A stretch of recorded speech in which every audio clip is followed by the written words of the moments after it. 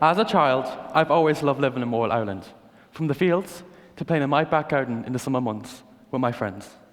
I've grown up in a small village called Foxwood in County Mayo. It has 2 shops, 2 schools, and a church. I've lived a normal boys' school life until I started to finish my primary school days, when I figured out that I was gay, and it changed everything for me. I remember the first time I felt not accepted for who I was.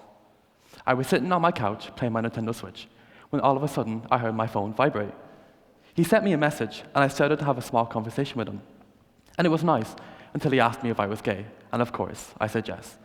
It was great to open up to someone for the first time. I felt amazing, until he called me the F-slur and other awful words. And at first, I really thought he was joking. I didn't think much of this.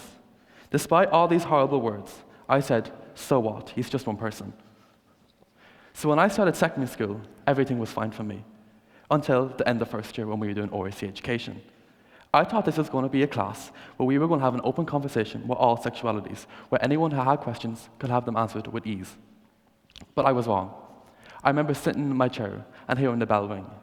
I remember a teacher walking in, but it wasn't my usual teacher. It was a substitute teacher. She played a 10-minute video, and it was so informative and confusing. The video only really talked about hygiene and how to stay clean. That day, I learned nothing about our ORC education system. It is not inclusive for LGBTQ students. All information that I had to learn was online. Yet, I do not blame the teachers, as they had to teach it. I blame the outdated SPHE curriculum overall.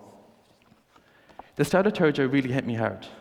I was starting not to be myself, and I was not confident at all. I remember walking to school one day and going up to my friends, and they told me a rumor was going around about me. I had a new nickname called Nancy. I really had no motivation at all, until my Irish teacher told me about this club called Mayo Colin and Oak. I was ecstatic. We went to the annual AGM, where I met people who were part of the club, and once I walked into the room, the atmosphere changed. It was the first time I could be myself. I couldn't wait to go to my first meeting. I met friends who I had the same hobbies and sexuality with, and it felt great. This was the first time I could be myself, and from here, everything changed. From Coila, I got so many opportunities, such as sit in the National Youth Assembly of Ireland for the government. Coila also let me gain confidence to sign up for the Irish Second Level Students' Union, provided by my student council coordinator, which led me to do greater things, such as be selected to Brussels and meet with MEPs, and also go to Budapest to represent Ireland. The people, experience, and confidence I got made me realize that I do not have to change, that my imperfections make me as a person who I am. So if you're sitting here, this time last year, I was a totally different person. I was sad, confused, and didn't know why I existed. But today, I'm so glad I'm a new person.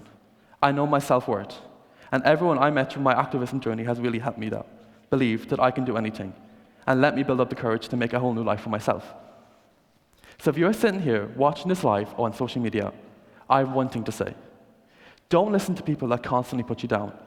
Listen to those who take you as you are. The sense of acceptance can help you believe in yourself, and once you believe in yourself, you can do anything.